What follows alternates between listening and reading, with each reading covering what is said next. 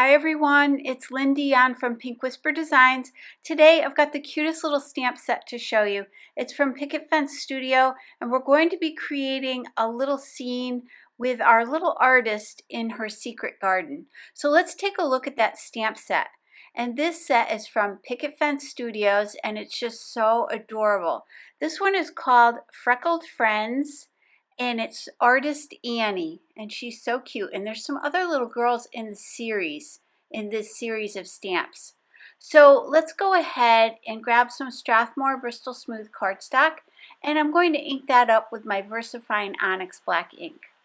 We'll use that Stampendable stamp press and press that out, and then I want to stamp the little flowers on her canvas.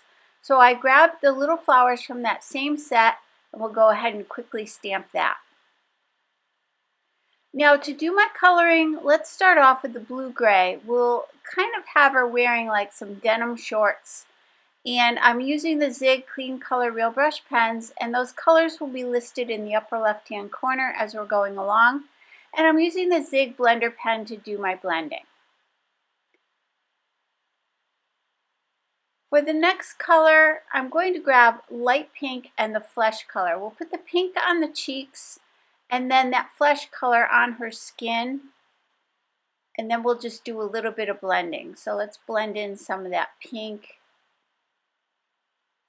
and then I put a little bit of that color on her arms, and then I'll put a little shadow on the inside of each of her legs and just pull that out. Then I'm going to grab the pink flamingo for her shirt, because we're going to be using kind of a guava background. So I thought this would be really pretty with that color. So let's add a little bit of that. You could do those stripes every other color if you prefer. And then I've got pale yellow, yellow, and beige for her hair. So I am going to start with that pale yellow, and then I'll add a little bit of yellow for some shadowing, but I always feel like this is just a little too bright, and I usually end up toning it down with the beige just to give it a little bit more of a shadow and make it just a little bit more realistic looking. So let's go ahead and add those shadows and blend those three colors together. And I added all three colors at the same time, but you could do one at a time and then do your blending. And then I can come back in with those colors and kind of add any additional highlights or shadows that I need to.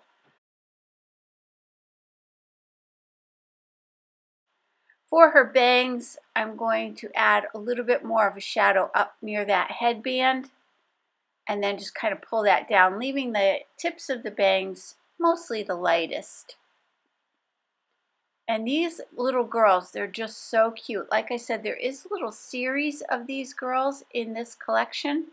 They're called the Freckled Friends. And there's one that would be great for Easter. It's called Happy Poppy. And there's Bellaboo, which would be great for Halloween. There's a Holly Jolly set that would be great for Christmas.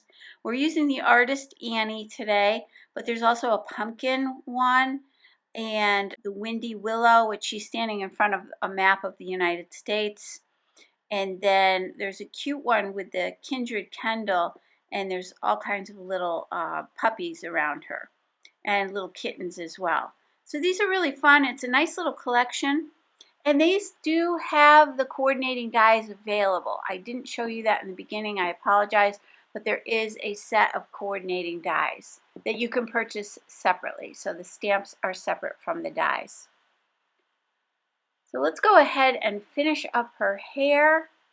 And then I'm switching to the ice blue to do her apron. So I'm going to keep it mostly white, just adding a little shadow of that blue. I'll keep that center area fairly light. So again, we're going to have her painting in the secret garden. We're going to have her kind of like behind that, a secret garden frame, kind of painting this canvas outside.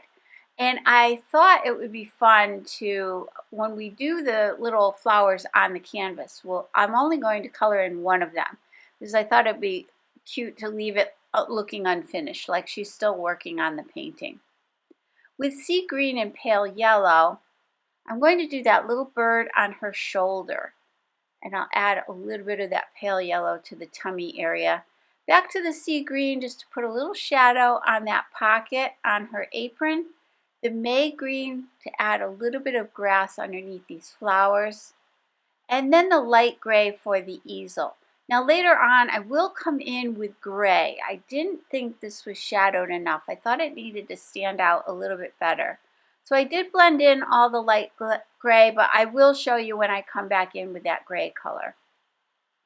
Then with May green and green, I'll do the leaves on this one flower. Again, I'm going to leave that other one unpainted or not colored in. And then scarlet red, I put a little yellow in the center of that flower, and then with the scarlet red, I'm going to go around the center of the flower and just kind of pull that out towards the edges. And then for the rest of this canvas, I'm just going to use that ice blue and just add it around the edges and just kind of pull in. And then for the little paint box, I'm just going to take a whole random grouping of colors.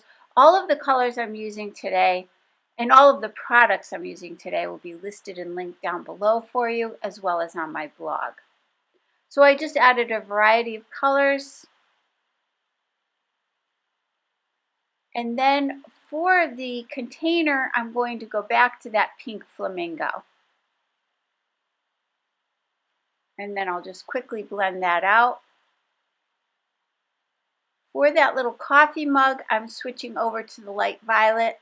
We will be adding a few little white stripes to this later on with the gel pen. We'll come in with that gel pen and add all of our highlights, and this is a good time with the gel pen to add any little details that you want to add. Now here's where I came back in with that gray and decided it just needed to be, I don't know, to stand out a little bit more with some more shadowing. So I decided to add that. Now we could make a shaker card with this. The way the window is and the way the card is designed, you could certainly make it into a shaker card. We're not going to do that today, but I did want to mention that because you really have everything you need to create this or to change this into a shaker card if you wanted to do that. And you could add some really pretty, just some clear glitter in behind there if you wanted to. So we've got all the pieces colored and die cut, and then I'm going to the outside in stitched rectangles, Stackables from Fawn. And I'm going to grab this really pretty cardstock that I thought went well with the pink flamingo color that we use, and this is called Guava. I'm going to take that largest frame from the die set and I'm going to die cut it twice, once from the Guava and once from some Strathmore Bristol Smooth 100-pound cardstock. We'll also be using the Secret Garden window die set. I love this. This is so beautiful. This is also from Fawn. And we're going to grab these two pieces here, the little arch and then the leaves and vines for our secret garden. So you can combine those two together, but for the Guava, we're just going to die cut that arch. So let's go ahead and place that up towards the top of this panel. And then I'm going to grab some Post-it tape, which will temporarily hold this in place while we run it through the Spellbinder's Platinum 6 die cutting machine. And then to create the frame, I'm going to just take a piece of scrap paper. This is still the Strathmore Bristol Smooth 100-pound cardstock, just a scrap piece that I had. I'm going to center these two dies together, making sure I have kind of an equal space all the way around. And then we'll run that through the die cutting machine. You may want to run that through a couple of times just to make sure you cut through all of those little detailed pieces. And now we can see exactly how this is going to come together. So that frame will sit right inside that Guava cardstock. So let's go to this white panel that we created earlier. And let's go ahead and create a cloud background. This is the stitched cloud backdrop. This is the portrait one from Fawn. And I'm going to go ahead and center this panel right on the die. So I'm placing it face down on that die. I'm going to use a little Post-it tape again just to hold that in place. And then we'll run that through the die cutting machine, and that will just create these really pretty stitched clouds for our background. And you can see how that's going to look. So you're not going to see a lot of the clouds, so we don't really need to worry about the entire panel. And then I've got the Distress Oxide ink in the tumbled glass, and I'm just going to add a little bit of blue here and there. I want some areas to still be white, so I'm just going to use that little brush and blend out some of that color.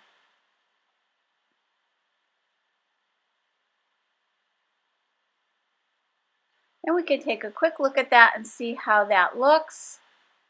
And now for this frame, I wanted to sit flush with that Guava cardstock. So in order to make this really easy to do, I'm popping it in my MISTI. I have one of those sticky pads in the MISTI, and I'm going to just place these face down just so it holds it in place while I add some double-sided tape. I've got some 1/4-inch double-sided tape, and I'm just placing it on the back of this just to hold this in place.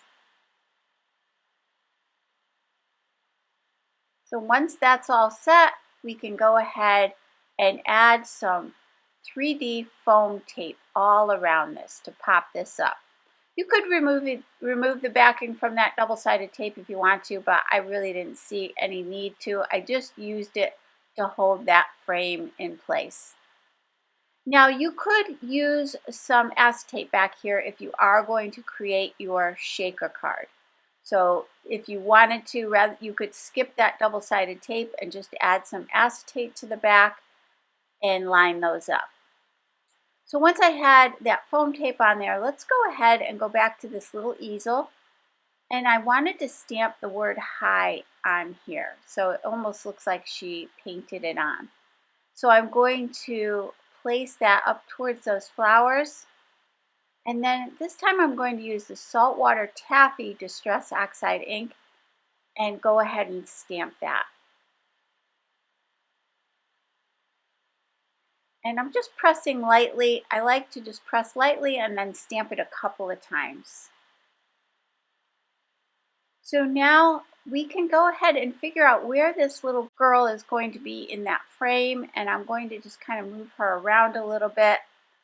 And then we can glue her flat on the inside of this secret garden window. I'm going to be using the Nuvo Deluxe adhesive to glue her down.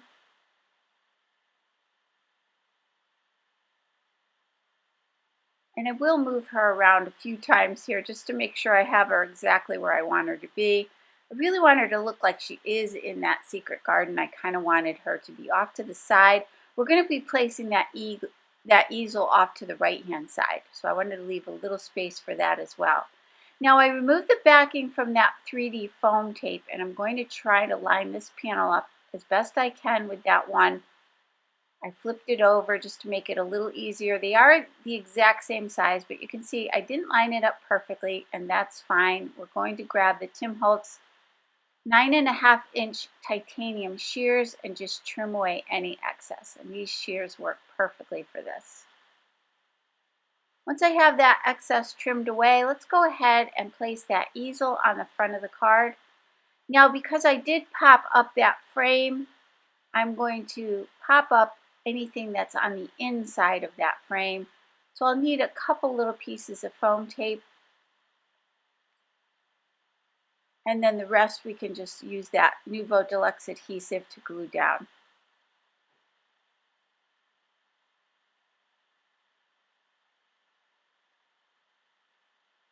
So let's just pop the backing off that foam tape and place this down.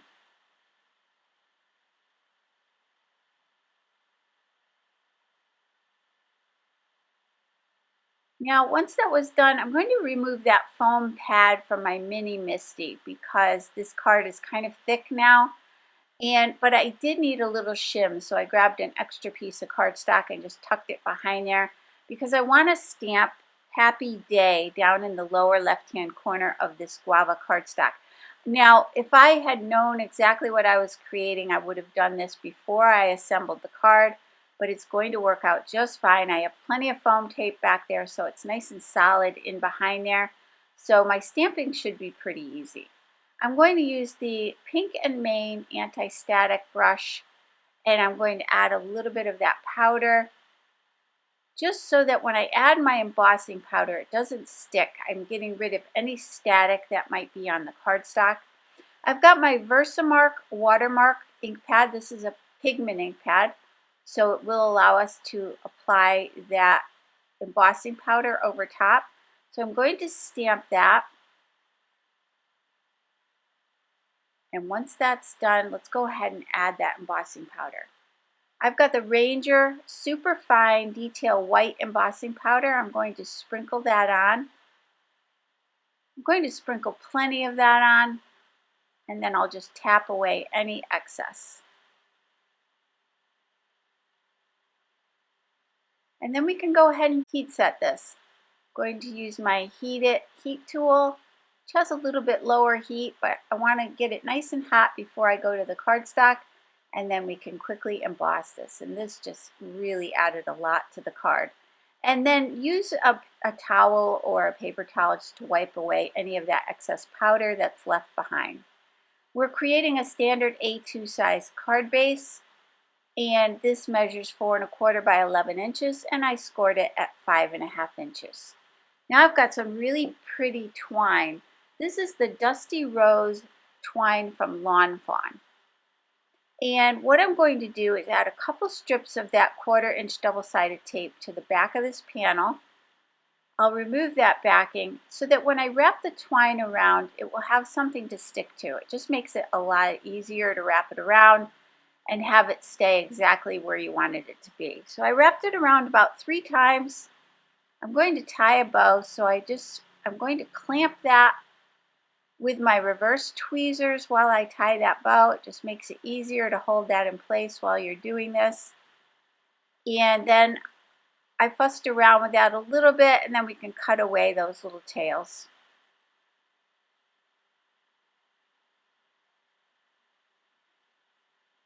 So now this will get layered right onto our white card panel. I'm going back to that 1/4 inch tape again, and I'm going to add it all the way around. Now this panel, you could pop up with some foam tape or foam squares if you wanted to. I thought if I put plenty of tape there right around that twine on either side of it, this will lay nice and flat on my card. I'm using that Cricut weeding tool to remove the backing from all of these tapes that I'm using, and then I'll just center this on the card.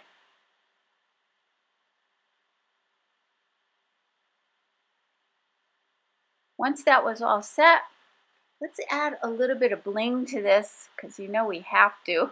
I've got these really pretty gems.